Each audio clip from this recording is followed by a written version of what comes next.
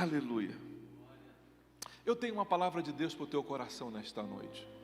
Eu tenho uma palavra de Deus para a tua vida nesta noite. Na verdade, Deus tem uma palavra para mim também nesta noite. E eu estou feliz, porque eu sei que Deus quer ministrar o meu coração.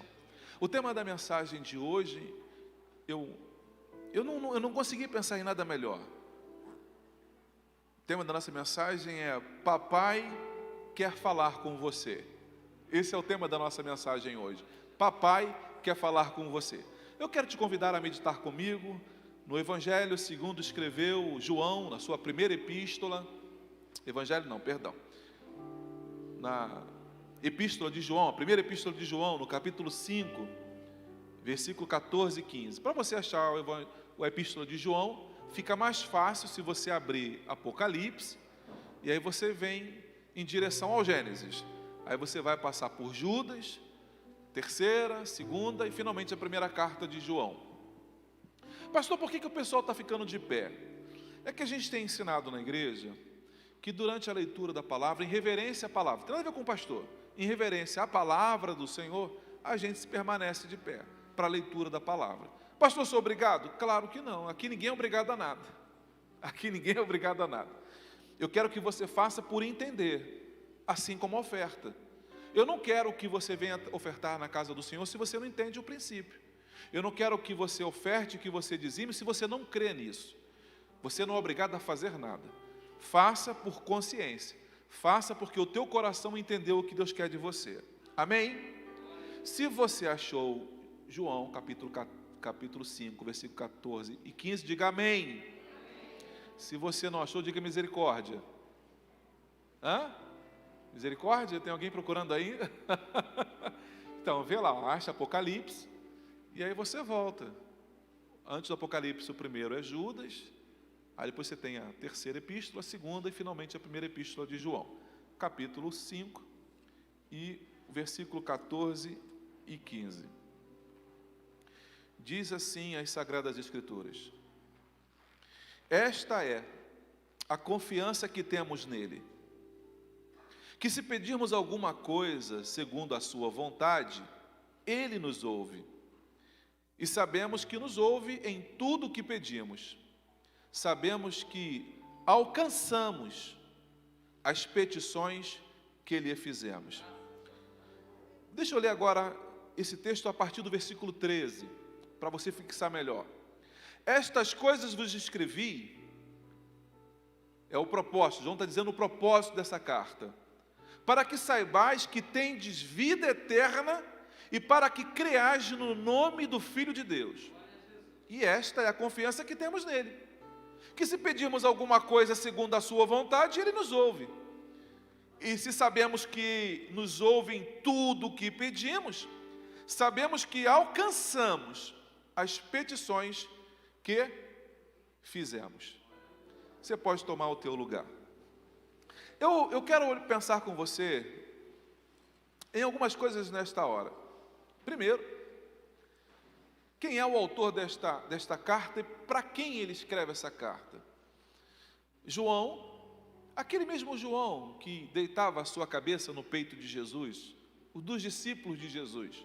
João, o discípulo amado.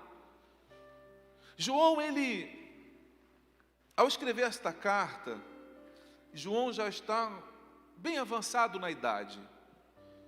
E os estudiosos vão dizer que João, ao escrever esta carta, ela vai ser escrita entre os anos 90 e o ano 100 depois de Cristo. Provavelmente no final desse período, entre os 90 e o ano 100. João já é homem de idade, já está se aproximando do seu momento final de vida, já está caminhando para isso, já viveu muita coisa, já viu muita coisa. Então, essa carta de João é uma carta amorosa, é uma carta que está impregnada, ela está cheia de textos que mostram o coração de um pai. E não é à toa que João o tempo todo se refere a nós como filhos. Para quem João escreve essa carta? Ele vai dar alguns exemplos aqui, ele vai contar algumas informações que a geração nova não vivenciou. que a geração nova não viu. Por exemplo, João vai dizer que ele ouviu quando estava no Rio Jordão, batizando Jesus, e de repente ele e os outros ouviram vozes dizendo: este é o meu filho amado em quem me comprazo. João é o mesmo que vai dizer que quando ele sobe no monte da transfiguração, apenas ele e Pedro e o próprio Senhor Jesus, o texto diz que ele ouve quando Deus dá testemunho de Jesus. João, ele vivencia tudo isso. Mas João não está escrevendo essa carta para esse público que começou junto com ele. Não. João está escrevendo para a segunda e terceira geração da igreja. Foram pessoas que não tiveram esse contato com Jesus, na sua grande maioria. Não viram Jesus face a face, não experimentaram o milagre. Muito provavelmente o pai viveu o milagre, a mãe, o avô conheceu Jesus. Mas João está dizendo: eu conheci Jesus, eu caminhei com Ele. Eu estou falando para vocês de algo que eu vivenciei. Eu apenas não conhecia Jesus, eu era íntimo dele. João era o discípulo que nós lemos, que é o chamado de o amado. É o amado por quê? Porque o tempo todo João está encostado em Jesus, está ali com a cabeça no peito de Jesus, demonstrando o seu amor para com o Mestre. Então João está falando de algo que João sabia. O que é, pastor? O que era ter intimidade com Jesus. Pedro então está dizendo para essa geração nova que está chegando, porque João ainda está indo, João está dizendo assim: olha, eu já estou quase subindo, eu estou indo embora, e eu talvez seja o último da minha geração, eu seja o último, mas tem algo que eu quero deixar para a geração que está ficando. Vocês precisam ter intimidade com Jesus, vocês precisam ter intimidade com o Pai. Olha, é uma experiência extraordinária. É uma experiência extraordinária quando você conhece o coração daquele com quem você caminha. É extraordinária a experiência de caminhar com Jesus e ver o quanto Ele se importa, o quanto Ele me ama e o quanto Ele deseja o meu bem. João vai dizer o tempo todo: filhinhos, filhinhos. O que João está querendo dizer é que nós somos filhos. Mas algumas revelações, elas só vão acontecer ou só vão fazer sentido para mim na medida em que eu caminho junto. Na medida em que eu caminho, é que eu vou conhecendo o coração do outro. É difícil você me julgar se nós não caminharmos juntos. Até um ditado popular aí fora que diz que para se conhecer alguém, tem que se comer 1 quilo de sal com ele. Para me conhecer o meu coração, tem que caminhar comigo um tempo. E aí você vai entender algumas coisas. Por que eu me comporto de uma forma? Por que eu ajo de outras formas? Por quê? Porque a convivência faz isso. O andar junto faz isso. Nos torna mais sensíveis, mais tolerantes. Ele está com dificuldade, eu conheço bem. Só pelo olhar já sei que deve estar angustiado. Deve estar passando por luta, vou orar por ele. Por quê? Porque a convivência faz isso. João está nos mostrando, dentro desse texto, que Deus está nos chamando para um tempo de intimidade e para um tempo de comunhão. É o Senhor Jesus. João está indo e ele está deixando para nós esse exemplo. Olha que coisa interessante. O versículo 3 do capítulo 1 diz assim: o que vimos e ouvimos, isto vos anunciamos, para que também tenhais comunhão conosco. E a nossa comunhão é com o Pai e com o seu Filho Jesus Cristo. Quando nós lemos o versículo 7, ele diz assim: mas se andamos na luz como Ele na luz está, temos comunhão uns com os outros. E o sangue de Jesus Cristo, seu Filho, nos purifica de todo o pecado. Capítulo 2, versículo 1. Meus filhinhos, estas coisas vos escrevo para que não pequeis. E se alguém pecar, temos um advogado para com o Pai, Jesus Cristo. O que eu achei de extraordinário nisso? Porque tem revelações de Deus para a minha vida e para a tua vida, porque Deus deseja se revelar a você. Deus deseja revelar coisas para você. E eu não falo isso apenas para mexer com as suas emoções, não. Deus não deseja revelar o oculto, aquilo que está lá no centro da tua vontade, para um pé de abóbora, meu irmão. Deus não vai revelar isso para anjo, não é propósito do Senhor. O propósito do Senhor é revelar para nós, que somos seus filhos. O que preciso então, pastor, para ter essa informação, ouvir de Deus o que Deus tem para revelar? Intimidade. Quando eu pego esse texto para ler, algumas coisas começaram a saltar aos meus olhos.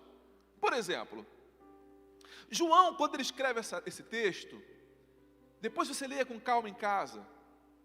O texto de João é um texto muito simples. João não tem firula na escrita. João não tem essa vaidade de colocar termos teológicos difíceis. Não. João vai usar palavras simples do dia a dia. Agora, não confunda essa simplicidade no falar com profundidade na mensagem. João, ele é simples na forma de falar, na forma de tratar, mas João é profundo, tanto quanto ele consegue ser simples. Por isso, meu irmão, que o Evangelho tem que ser anunciado de forma simples, de forma fácil, que o povo consiga entender e assimilar aquilo que é desejo do coração do Senhor para os seus filhos. Se eu tivesse esse conhecimento para pregar aqui em latim, do que adiantaria? Do que adiantaria eu pregar aqui em outro idioma, em acadiano, em hebraico, em grego? Do que adiantaria? Do que nós seríamos edificados? Então o desejo do coração do Senhor é falar de forma simples, para que todos nós possamos entender. Só que vou dizer de novo, não pense que por ser simples não há profundidade no texto. Não há riqueza nos detalhes daquilo que Deus quer revelar. Quando José, no capítulo 39 de Gênesis, está diante daquela mulher de Potifar, o texto diz que José vira para a mulher e fala assim: por acaso pecaria eu contra Deus? José está dizendo que o pecado que nós cometemos é contra o Senhor Deus. Até que Jesus morreu na cruz do Calvário. Quando Jesus morre na cruz do Calvário, as coisas mudam, a roda gira. E a partir de agora, nós que éramos apenas servos, nós nos tornamos filhos. Eu era apenas um servo. Agora Deus me trouxe para a intimidade. Porque antes, como criado, como servo, eu não tinha esse acesso ao seio da família, a ouvir a conversa, a participar na mesa. Não é assim? Bom, pelo menos deveria ser. Você senta para almoçar na sua mesa com a sua família, num restaurante, e diz a etiqueta que o garçom deve se intrometer o mínimo possível, apenas para servir. Ele vai lá e serve e sai. Ele não pode participar da conversa. Você já deve ter visto em algum lugar, porque eu não sou o único a ter passado por isso. A gente está conversando e de repente o garçom, muito simpático, ele entra no meio da nossa conversa. E eu fico olhando para ele, e ele está batendo papo, como se ele fosse um convidado, fosse um da família. Essa intimidade, à mesa, só tem quem é da família. Então o Senhor Deus nos convida a sentar com Ele agora à mesa, não como escravo, mas como filhos. E a partir de agora, meu irmão, tudo muda na nossa vida. E é isso que João está dizendo.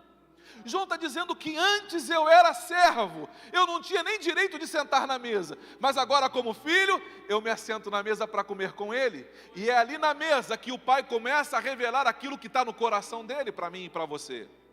Uma das coisas que eu vejo João fazendo aqui é exatamente isso, porque se José está dizendo que o nosso pecado antes era contra Deus, agora João está dizendo que o meu pecado é contra o Pai. Olha o que João está dizendo no capítulo 2. Meus filhinhos, estas coisas vos escrevo para que não pequeis. Ele não quer que você peque. E se alguém pecar, temos um advogado para com quem? Para com Deus? Não, ele diz para com o pai. Porque a partir de agora, você que é filho, contra o pai. E aí, meu irmão, a coisa muda de figura. Porque contra o pai, a gente tem acesso o tempo todo. O coração do pai é um coração generoso.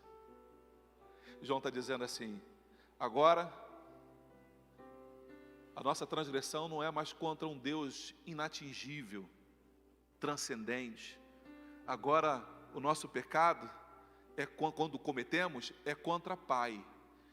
Aí ele diz assim, ó, mas nós temos um advogado. E o advogado aqui é com letra maiúscula. Ele está dizendo, se você pegar no grego, no original, ele está dizendo que é um paracleto, ou consolador. Nós temos um consolador hoje, que faz essa ponte com o Pai. Por isso, meu irmão, você não precisa mais viver sob o peso do pecado que antes você vivia. Você hoje pode dizer tranquilamente, como o filho pródigo disse: pequei contra os céus perante ti. Ele volta e pede perdão para o Pai, porque ele sabe que a porta da casa do Pai está sempre aberta para o filho. Deixa eu dizer uma coisa para você nesta noite, meu irmão. Não importa o pecado que você tenha cometido, o deslize que você cometeu, João está dizendo que se nós pecarmos, nós temos um advogado. O que você faz quando você precisa de um advogado? É quando você está encrencado, né? Quando você está encrencado é que você precisa de um advogado. Ou quando você precisa de alguma coisa, de uma ação trabalhista, de um inventário que está preso, que você precisa de um advogado que agilize para você. Mas se você apenas for na sala do advogado e ficar olhando para ele e ele olhando para você, não vai acontecer nada. O que você precisa fazer? Contar para o advogado todo o seu dilema, todo o seu problema, toda a sua dificuldade. E eu quero que você veja hoje, nesta noite, junto comigo, que o desejo dele é te ouvir. Deus deseja te ouvir, ou melhor, o Pai deseja te ouvir. Pastor, deseja mesmo? Deus tem prazer, Deus quer me ouvir, pastor? Sim, Deus quer te ouvir. Olha que coisa interessante. Se você puder, leia. Salmo capítulo 34, versículo 6, diz assim: clamou este pobre, e o Senhor o ouviu, e o salvou de todas as suas angústias. Davi clamou este pobre. Ele está dando testemunho pessoal. Eu clamei e Deus me ouviu. E me ouviu só apenas? Não. Ele ouviu e trouxe solução para o meu clamor. Então Davi está dizendo para mim aqui hoje, se Davi estivesse aqui agora com esse microfone na mão, Davi diria para cada um de vocês: olha, fiquem tranquilos, porque um dia eu clamei e eu não sou melhor do que você. Ele também vai ouvir vocês. Está aqui alguém hoje, nesta noite, que não apenas ouve, mas que ele deseja te ouvir. É o desejo do coração do Pai ouvir o que você tem para dizer. O Salmo capítulo 4, versículo 3 diz assim: o Senhor ouvirá. Quando? Quando eu clamar. Então o que você precisa fazer, meu irmão, é clamar, é falar com Ele. Você tem a verdade de saber que Deus deseja te ouvir. Mas não é assim que acontece. Às vezes a gente comete algumas coisas que a gente sabe que entristeceu o Espírito Santo. A gente sabe. No fundo, quando a gente faz coisas que desagradam ao Senhor, a gente sabe do que a gente falou, a gente sabe do que a gente fez, que entristeceu o Senhor. Aí muitas das vezes, a nossa razão fala assim: não, hoje eu não vou orar não. Hoje eu não vou orar não, que estou até com vergonha de orar, porque vou dar um tempinho, vou orar hoje não. Aí você não ora. Aí a tua mente te engana, te sabota, porque você pensa assim: não, amanhã Deus esqueceu. Como assim Deus? Não, amanhã eu vou orar, amanhã eu oro. Aí você vai orar no dia seguinte como se não tivesse acontecido nada no dia anterior. Mas a coisa pode ficar pior ainda. Como, pastor? Quando você começa a fazer promessas para Deus do tipo loucas. Como? Senhor, eu prometo que nunca mais eu faço isso, Senhor. Senhor, se tu me perdoar hoje, olha, eu prometo que nunca mais eu cometo esse pecado. Nunca mais eu faço isso. Aí você consegue ficar uma semana, 2 semanas sem fazer, sem falar o que você estava, aqui você tem hábito de fazer e de falar. E aí você vai e comete de novo, e você fala: ai, que vergonha. Você não tem coragem de orar. O que você vai fazendo? Você vai perdendo o hábito de orar. você vai perdendo a prática na oração, porque parece que eu vou dar um tempinho para ver se Deus esquece daquilo que eu fiz. Meu irmão, só há uma forma de Deus esquecer daquilo que você fez, e é pedindo perdão. Deus está dizendo para você assim, olha, você vai conversar com o advogado, ele fala para você assim, não minta para mim, me fala o problema, é isso? Me conta o que aconteceu, deixa que eu resolvo, não, me conta o que aconteceu, eu vou te defender, mas eu preciso saber da verdade. Então abra o teu coração para o Senhor, porque eu tenho, conforme João me garante, a certeza de que Ele não vai me julgar pelaquilo que eu vou dizer, porque Ele sabe que nós somos pecadores. Mas Ele está dizendo, mas eu sou um Pai amoroso que deseja perdoar vocês. Na medida que você peca, e João vai dizer, não pequem, eu quero te incentivar a não pecar, mas se isso acontecer, não coloque barreiras no caminho de acesso ao Pai você mesmo. Não seja você o que vai colocar barreiras e impedimentos para que aconteça essa relação com o Pai. Salmos 17, versículo 6 diz assim, eu te invoquei, ó Deus, pois me queres ouvir. Inclina para mim os teus ouvidos e escuta as minhas palavras. Salmo 18, versículo 6 fala, na angústia invoquei ao Senhor e clamei ao meu Deus, desde o seu templo ouviu a minha voz e aos seus ouvidos chegou o meu clamor perante a sua face. As suas orações sempre chegarão diante de Deus. Antigamente, nós tínhamos o hábito de mandar cartas, e eu mandei algumas cartas, e a gente até quando mandava carta para a namorada, né, a gente despejava o perfume na carta, achando que a carta ia chegar cheirosa lá no outro lado do destinatário, né? A gente dava uma borrifadinha, botava um pouquinho, e a gente mandava a carta. Mas às vezes, passava 1, 2, 3 semanas, e a carta voltava. Aí tinha um carimbão vermelho do correio dizendo assim, endereço insuficiente. Destinatário não estava para receber. A tua carta voltava. Porque ou o endereço está incompleto, ou porque a pessoa não estava lá para receber. Mas na oração não funciona assim. Todas as vezes que você ora, a carta chega na mão do Senhor. A oração chega na mão dele. E sabe, irmãos, o bom do Senhor é que uma das coisas que tornam o Senhor maravilhoso, extraordinário, é que Deus não pega a nossa carta, às vezes, como alguns empresários pegam um currículo e vão empilhando no lugar. Não, Deus não pega a tua carta. Você imagina assim, né? O anjo chegando lá, Deus, mais uma carta aqui, ó. Mais uma carta aqui, agora a carta do Gesiel. De quem? Gesiel? Dá aqui essa carta. Deixa ali, depois eu leio. Não, meu irmão. Deus é aquele pai, deixa eu parafrasear isso. Deus é aquele pai que está assim, ó, olhando para a rua, para poder esperar a carta chegar. Essa geração mais nova não teve essa experiência de que quando você fazia um pedido, mandava uma carta, e você ficava o tempo todo na caixinha do correio para ver se a correspondência chegou, se chegou a resposta do que você pediu. Deus está mais ou menos assim, parafraseando, para que você entenda. Deus está assim, desejoso de te ouvir, desejoso de olhar tua carta e falar, o meu filho escreveu para mim. Como é que eu escrevo hoje, pastor? Como é que eu escrevo? Ou de joelhos na minha casa, ou dirigindo o meu carro, ou tomando o meu banho, ou andando na rua, ou pescando, ou trabalhando, mas isso não é impedimento para eu falar com Ele. Quando eu estou no meu trabalho do dia a dia, e eu estou falando, Senhor, eu estou conversando com Ele. Tem gente que acha que só pode orar se for dentro de casa.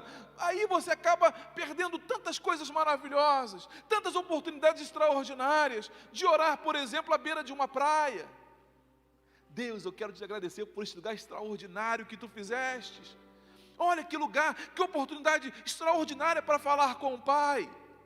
Então aproveite, meu irmão, cada momento, cada lugar que você está, cada viagem que você fizer, lá no avião, a 7.000, 8.000 pés de altura, você olhar e falar, Senhor, Tu és bom, Pai, Tu és bom, como as coisas são pequenininhas lá embaixo, como olhando daqui de cima não dá para enxergar nada, mas mesmo assim o Senhor do céu me enxerga aqui dentro, e eu não passo desapercebido ao Teu olhar.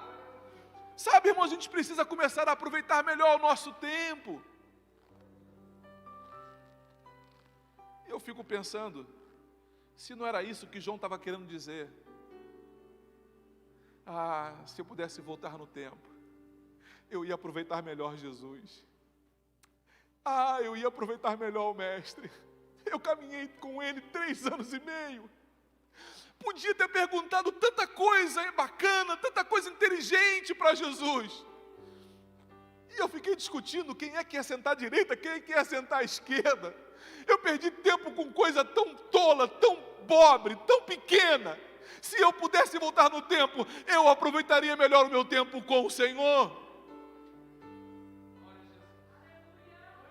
Sabe, irmãos, essa semana eu estava aqui na igreja com o pastor Diego, e aí ele me falou: pastor, você está sabendo de que morreu um rapaz aqui da igreja? Eu falei: não estou sabendo. Ele falou: pastor, o Rafael, pastor, o nosso do GDC aqui dos jovens. Pastor, agora de manhã ele caiu com a moto e o caminhão passou por cima dele. Eu falei: vamos na casa da esposa, vamos lá na casa da família para poder orar por eles. Pegamos o carro, eu e o pastor Diego, e fomos na casa deles. Irmãos, que cena, que tragédia, que dor, que angústia, que angústia, que angústia. Mas a Bíblia diz que é melhor estar numa casa onde há luto do que numa casa onde há festa. Porque na casa onde há luto eu paro para refletir na brevidade da vida. Na casa onde há luto, eu paro para perceber como a vida é rápida, como a vida é passageira, como a vida é tão cruel se eu não souber aproveitar. Já parou para pensar hoje? Quanto tempo nós temos perdido com bobeiras, com briguinhas infantis, com discussões tolas, que não acrescentam e que não agregam. E é por essa razão que o apóstolo vai escrever sobre comunhão. Ele fala que a nossa comunhão é com o Pai. Mas não é só com o Pai. Ele fala, e com o seu Filho Jesus. Mas não é só com o seu Filho Jesus. A nossa comunhão é com os irmãos. Porque a Bíblia diz que se eu não amo meu irmão, eu estou em trevas e não há luz em mim. Se não há relacionamento na horizontal, também não haverá relação na vertical. Eu posso dizer que sou crente bastante, mas se eu não amo meu irmão, eu estou dizendo, não acredite em mim. Porque a única forma que eu tenho de demonstrar que eu amo o Senhor, é demonstrando que eu amo o meu próximo. Não existe outra forma de mostrar que eu amo a Deus, se eu ignoro o meu irmão ao meu lado. João está dizendo, a nossa comunhão é com o Pai e com o seu Filho. Versículo 7. Mas se andamos na luz, como Ele na luz está, temos comunhão uns com os outros. Vamos ler esse versículo de outra forma. Vamos pegar a antítese desse texto. Temos comunhão uns com os outros e por isso estamos na luz. Se não temos comunhão uns com os outros, nós estamos em treva. Se você não é capaz de orar por alguém, pedindo para Deus abençoar o fulano ou a fulana. Não, pastor, peça qualquer coisa, mas não peça para eu orar para Deus abençoar o fulano ou a ciclana. Obrigado, que Deus te abençoe. Deus abençoe. Então, meu irmão, você precisa repensar algumas coisas. A tua ligação na vertical já está rompida há muito tempo.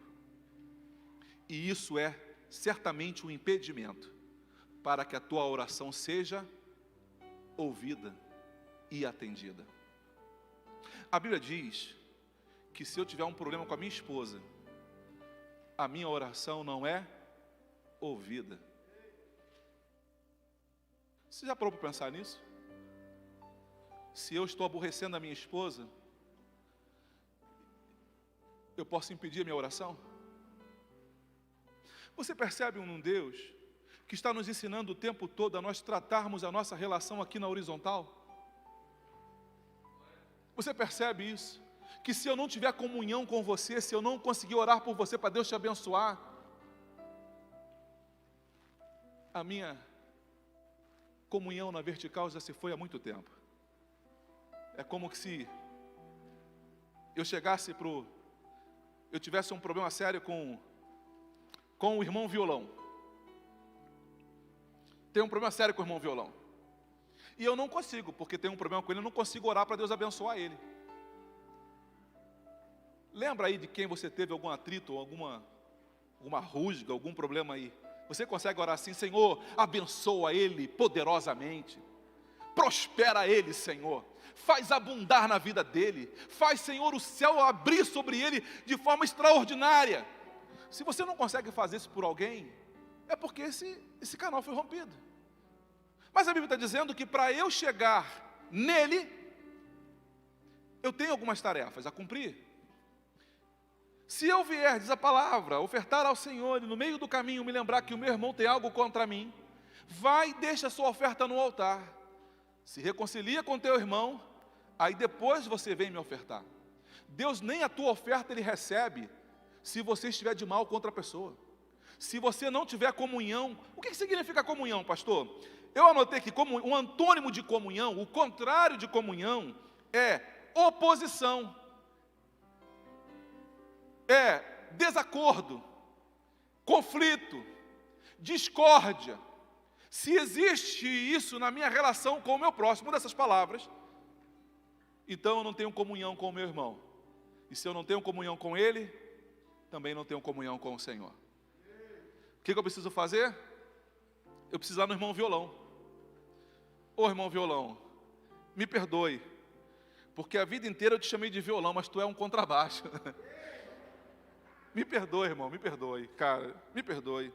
Mas sabe por que isso, pastor? Porque falta a gente estar mais próximo, falta a gente estar mais perto um do outro, cara, para você me entender e eu te entender também. Me perdoa, nunca mais eu te chamo de violão, tá?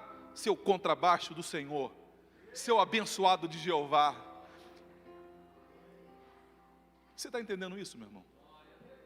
Por que a tua oração às vezes, pastor, se o pai quer falar comigo, e esse é o tema da mensagem, papai quer falar com você, por que as minhas orações não foram respondidas ainda? Porque existe forma de falar com o pai.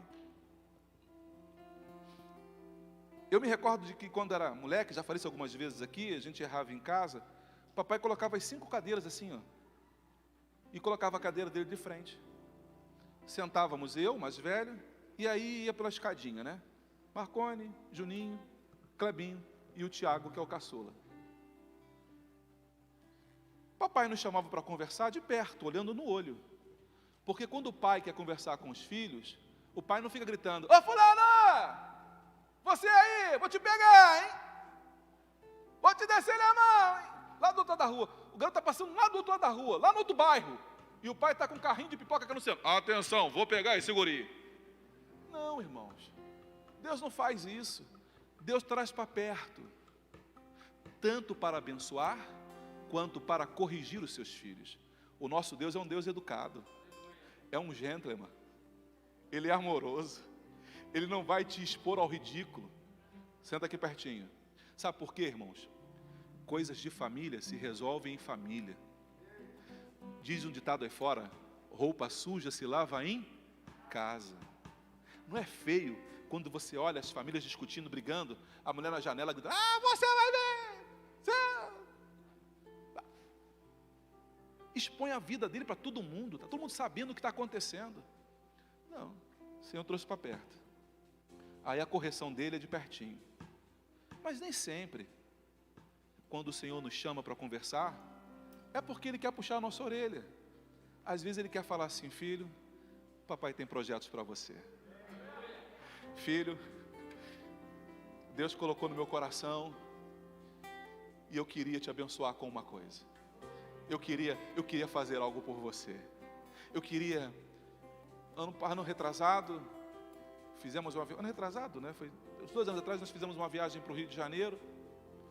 E meu filho estava aprendendo a tocar violão. E nós fomos no Barra Shopping. Ele entrou lá, foi pegar um violão para ver, para dedilhar. E eu passei, olhei aquilo, meu coração começou a arder. Falei: ai meu Deus. Eu vi no olhinho dele. Ele pediu, pastor? Não, não pediu. Não pediu. Mas ele queria, eu vi no olhinho dele. Eu vi ele brilhando. Fui lá na esposa. Ela estava na outra loja, vendo se o cartão de crédito funcionava. Aí eu fui lá nela, amada, deixa eu falar contigo aqui, seguinte, o Gui está lá vendo um violão, eu acho que ele está apaixonado pelo violão. Tá olhando para o violão com um olhar assim, eu acho que ele quer casar, acho que ele vai dar casamento. Ele pediu, não, você conhece, o Guilherme não pede. Vamos lá. Aí ela foi, olhou o violão, chamamos o vendedor, quanto é? Como é que eu posso pagar? Pode colocar, vou pagar o carro, vou pagar esse violão. Quando nós demos o violão para ele, o olho dele começou a brilhar. Deixa eu dizer uma coisa para você. Você acha que eu sou melhor do que Deus? Você acha que se eu como pai desejo agradar o coração do meu filho, você acha que Deus não tem o mesmo interesse em agradar você? É por isso que João vai dizer, vai tratar o Senhor como Ele conheceu. Ele é pai, Ele é amoroso. E o maior desejo do coração do pai é que você entenda que tudo que é dele é também teu.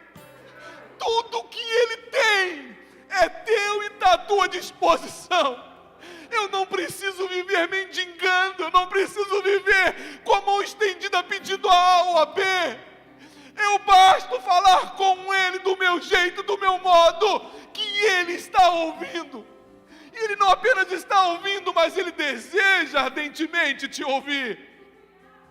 Oh, meu irmão, eu, um homem com tantas falhas, tão limitado nos meus recursos, tão limitado. Mas se eu consigo pensar em coisas boas para o meu filho, a palavra diz assim: eu, Senhor, sei os planos que tenho a vosso respeito, para vos dar bem e não mal. A Bíblia diz que a vontade do Senhor ela é boa, perfeita e agradável. Deus tem coisas extraordinárias para você, meu irmão. O desejo do coração do Senhor não é que você viva por aí pedindo a A ou a B, não, meu querido. O desejo do coração do Senhor é que você tenha para dar para A ou para B, que você tenha para distribuir, que você mostre para eles como é o seu pai, como é o meu pai, generoso. O meu pai é amoroso, o meu pai é generoso, e é isso que Deus deseja fazer com você. João está nos chamando para um momento de intimidade, um momento de intimidade na relação do pai e o filho, através da oração e através da palavra. Se você deseja ter mais intimidade com o Senhor, o primeiro caminho é o caminho da palavra. Você tem que aprender a ler a palavra. Você já parou para pensar quanto tempo você gasta durante a semana com o Instagram? Quantas horas por dia você passa diante do Instagram? Faça um contrassenso. Quanto tempo você passa diante da Bíblia? Ah, pastor, é que dá um sono. Será que isso é à toa? Será que isso é à toa? Quanto tempo você gasta por dia, por semana de oração?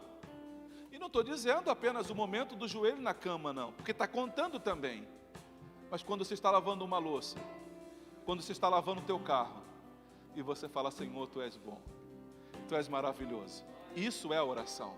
Está trocando lá uma vela de um carro, mas está lá apertando, está lá trocando. Senhor, Tu és maravilhoso, Senhor. Troca as velas em mim que estão com defeito também, Senhor. Já vai trocando as minhas velas, Senhor. Vai trocando aqui o fio que desencapou. Deus vai ajustando a minha vida. Vai conversando com o Senhor, porque Ele vai tratando em você. O que você precisa que Deus faça por ti? O que você precisa que Deus realize na tua vida? Nós temos um advogado para com o Pai. Mas o primeiro propósito do Senhor é que você se aproxime. O segundo é que você conheça a sua vontade. Mas para conhecer a vontade você tem que caminhar com Ele. Quem é pai aqui sabe do que eu vou dizer. Às vezes eu queria pedir alguma coisa para o meu pai ou para minha mãe, mas eu sabia que ele não ia atender, porque eu conhecia, eu convivia com meu pai, convivia com a minha mãe. Não é assim às vezes? O teu filho quer pedir alguma coisa, mas ele sabe que você vai dizer não. Aí ele fica te rodeando, né? Aí ele lava uma louça, aí ele faz um serviço. Mãe, quer mais alguma coisa? Mãe, quer mais alguma coisa? Não faz isso no dia a dia. Mas, mãe, você quer? Ó, mãe, já até arrumei a cama, ela está arrumadinha a cama. Mãe, deixa comigo que a louça do almoço é por minha conta.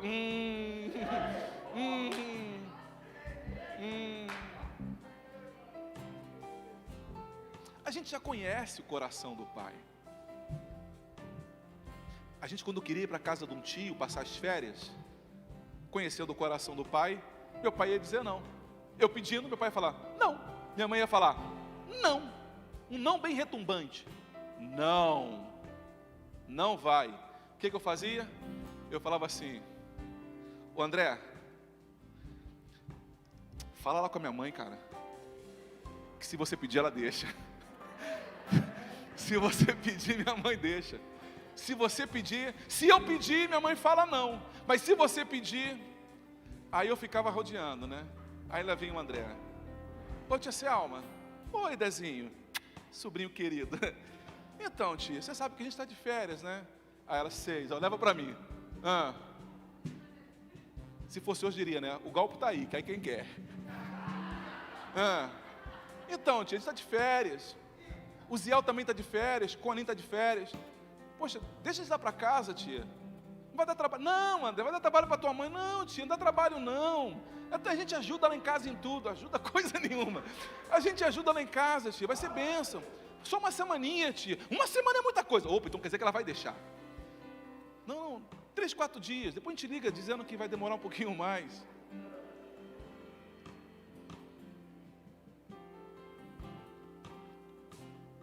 Mas a gente só conhece o coração do pai porque a gente caminha com ele. Se você quer entender o propósito de Deus para a tua vida, você precisa caminhar mais perto dele. E não tem outro caminho, não tem atalho. Você precisa fazer isso através de jejum, através da oração, leitura da palavra. Só isso, pastor? Quase. Só falta uma coisa. Para essa engrenagem funcionar, eu preciso estar bem com meu irmão. Eu preciso estar bem aliançado com ele. Eu preciso, quando eu for dobrar os meus joelhos para orar, eu preciso ter o coração liberal. Você sabe que há pendências na tua vida. Você sabe que há pendências. Com alguém que te aborreceu, te entristeceu, e aí você deixou essa mágoa entrar no teu coração. Deixou ficar ali. E aí a mágoa, se você não tratar, ela não se resolve sozinha. Ela só vai piorando. Ela só vai piorando. Ela só vai piorando. O que você precisa fazer então? Resolver rápido essas pendências. Eu me lembro, ela queria namorar comigo. E a gente, ela é sério, irmãos. Eu falando uma coisa, é sério. Ela queria namorar comigo, investiu. Mas o que ela ganhou meu coração foi algo que ela falou para mim. Ela sabia de algo ela sabia que eu não falava com o meu tio há muitos anos. Eu tinha um tio, tive um problema com ele, desavença na infância, na adolescência. Nem cheguei a discutir com ele. Eu apenas não recebi da forma legal o que ele me falou e dali nós rompemos o relacionamento. Só que eu fui cada vez mais me distanciando dele, e quando alguém falava mal dele para mim, eu ficava, fala mais. Não é só isso não, ele também é isso, aquilo outro. Não, mas eu também. Então aquilo foi me alimentando. E a família inteira sabia que eu não me dava bem com o meu tio. Aí um dia ela falou para mim assim, olha, enquanto você não perdoar o teu tio, Deus não vai te abençoar. E eu olhei para ela e falei, nossa, ela é espiritual mesmo, cara. Essa menina ganhou meu coração. Agora essa é para casar. Essa é para casar. É espiritual, é crente, conhece a palavra, essa é para casar. Mas eu confesso que quando ela falou aquilo para mim, doeu a beça ouvir aquilo. Foi bem desconfortável para mim. E eu fiz uma oração bem Gesiel da vida. Como tem que ser. Fala da tua forma, na simplicidade da tua palavra. Eu falei, Senhor, tu sabes do meu coração. Eu não quero perdoar esse cidadão. Se for para perdoar, então o senhor vai ter que marcar um local. Promove um encontro entre Jacó e Esaú. Que o Jacózinho sou eu. O Jacó sou eu. Esaú é ele. Marca um encontro. E se o senhor trouxer ele aqui na minha casa, na casa da minha avó, aí eu peço perdão para ele. Diga comigo, Deus ouve.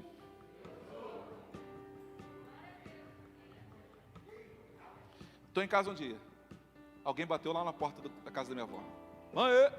E quando eu ouvi a voz, eu falei, eita, não acredito. Eu corri para o quarto, fechei a porta do quarto, apaguei a luz, entrei para debaixo do cobertor, estava dormindo. E aí o Espírito Santo começou a falar para mim assim, você não falou para mim que queria uma oportunidade? Você não falou para mim que se eu trouxesse ele aqui, você falaria com ele? Não te darei outra oportunidade. Levanta e vai falar com ele. E eu falei, não vou levantar não. E eu fiquei ali, irmãos, um tempo. E Deus falando comigo, vai lá e se acerta com o teu tio. Irmãos, eu dei um pulo da cama. E eu corri, abri a porta, fui direto nele. Parecia até que eu ia bater nele. Se eu não conseguisse, se eu não tivesse freio airbag, eu acho que atropelava ele. Freio a disco, né? Freiei em cima dele. Tchau. Eu vim aqui pedir perdão. Não quero nem falar dos meus motivos. Ele olhou para mim assim, hã? Eu quero pedir perdão, mas não quero nem falar do meu motivo não. Ele falou assim, motivo? Você tem motivo para falar? Motivo tenho eu. Porque a vida inteira eu ouço você dizer para todo mundo que eu sou isso, que eu sou aquilo, que eu sou bonito, que eu sou cheiroso. Nada disso, né?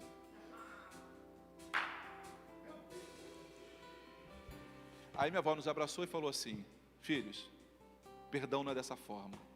Perdão não é para justificar. Perdão é para dizer, me perdoa. Porque eu não fiz o que não deveria ter feito. Eu disse o que não deveria ter dito. Me expressei de forma errada. Me perdoe pelas minhas ações. E aí nós nos abraçamos e choramos. E eu posso falar hoje aqui dele com o coração muito tranquilo. Muito em paz. Logo depois, meses depois, o meu tio partiu para a eternidade. E eu fico pensando, se ele tivesse partido, sem eu ter me acertado com ele aqui. Falei para você que essa semana morreu um rapaz aqui da igreja. Estava indo trabalhar. A esposa falou para mim, pastor, todo dia quando ele chegava no trabalho, mandava mensagem para mim. Cheguei bem, estou no trabalho, tudo em paz. Naquele dia deu 8 da manhã, 8 e pouquinho, nada dele, eu comecei a ficar preocupada. E aí quando eu liguei, quem atendeu foi um policial da Polícia Federal, rodoviária. Ele se envolveu num acidente, está aqui sendo tratado, e a ficha dela não caiu. Depois ela foi descobrir que ele tinha morrido instantaneamente. Ele não teve tempo, nem para pensar em outra coisa. Não teve tempo, que bom que estava na casa do Senhor, aliançado com Deus, porque não teve tempo nem para pedir perdão se fosse preciso pedir. Deus está dando a você hoje uma oportunidade extraordinária, extraordinária. Então, do jeito que está aqui, eu preciso perguntar para você, existe alguém aqui agora que deseja voltar para Jesus? Levanta acima das suas mãos, eu preciso orar por você nesta noite. Eu sei que tem pessoas aqui que precisam voltar para Jesus, mas a decisão é sua. A decisão é somente sua. O meu papel, ele acaba aqui agora. O que eu tinha para fazer e o que eu tinha para falar, Deus já falou por meu intermédio aqui nesta noite.